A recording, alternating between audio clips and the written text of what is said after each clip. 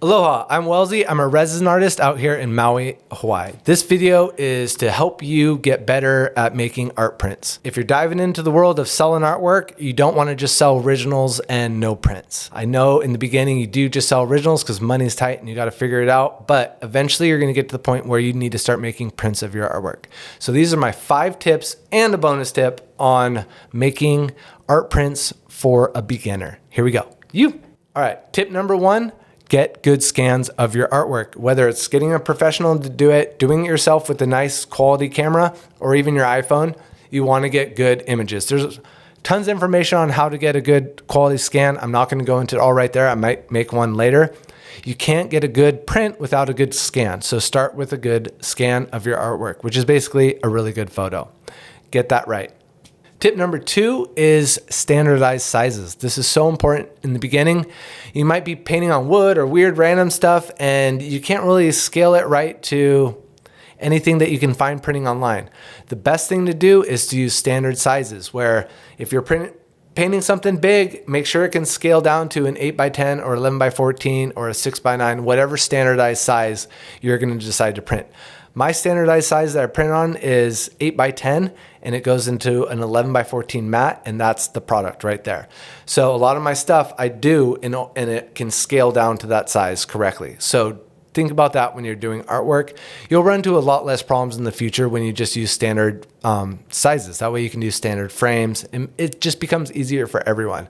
I've even picked out just one size. It's 11x14 but 8x10 print. That's the only size I do for my paper prints, and it works great. It's standard, it's easy. You don't have to deal with it too much. So pick your standardized size piece and go from there. Tip number 3, choose your prints to print based on stuff that has sold or has had the most attention. It's really frustrating to go out and buy, say, $500 of a print, get it back, cool, this looks great, take it to an art festival, and no one buys it. They bought something else. Like, why didn't I get that done? I knew people like that one. I should, Now you're out money and you get frustrated, then you don't want to do prints and you put off doing prints for another 6 months or a year or however long. If you're having to order prints of a piece, try to only get 2 or 3 and make sure that the colors look right and everything's great. It's so frustrating when you get a print back and it's not right, you don't like it, and you just have a bunch of them and you don't know what to do with them. You don't want to put them out and show them because you know they're not right. You're going to have less confidence when you're selling that piece. So it's very important to just get prints made of the stuff that you know that's working. If you're trying out something new, maybe get just 2 or 1 or 3. 1, 2, or 3. Get a small amount of that print made. You don't need to get 20 or 50 to save 8 cents per print, Tip number 4, the bio sticker, the signing of the piece, the whole package. This is so important.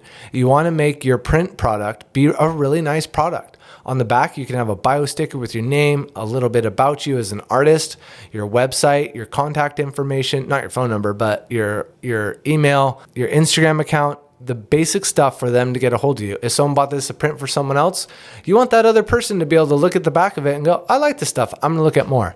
On the front of your piece, you're gonna wanna have it signed visible so you can see. If no one can see who made it, this is my opinion, I want the name out there so people can see, oh, they look at that piece and they go, oh, that's a Welzie. It helps define yourself as a brand, as an artist, for people to see and recognize your artwork. So think about the whole package when you're doing this. So tip 5 is price point. This is an art product that is about $20 to $50, $60, depending on that size, that 5x10 or 5x7 to 11x14, maybe even a 16x20, which in my opinion is a little bit too big for an art print. These are lower price points, and you don't need to make your matted paper prints limited edition. I think that for something under $50, it doesn't have to be a limited edition, especially as you're starting out. Save those limited editions for your canvas G-clays or your aluminum G-clays. The more expensive, the more valuable prints that you make, put those at limited edition, but not the paper prints. These are little gateway drugs for people to get into your artwork. They can buy something that's not super committed.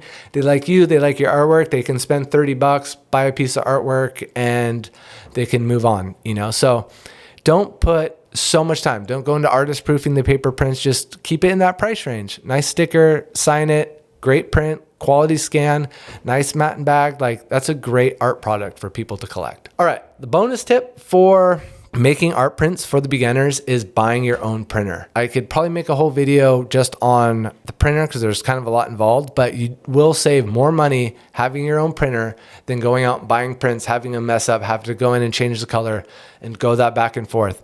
You can have very low inventory because you can just print on demand as well. You don't have to have 30, 40, 50 prints of something and all that money out there spent in prints. You could have, you know, your stack of paper to print, your mats and bags here, and your file on the computer, and then you order it, or you got an art festival, boom, 3, 4, 5, whatever prints you want to make, you just make those. You don't have to have $1,000 or $2,000 in inventory. Your inventory is in that printer, having that printer right there.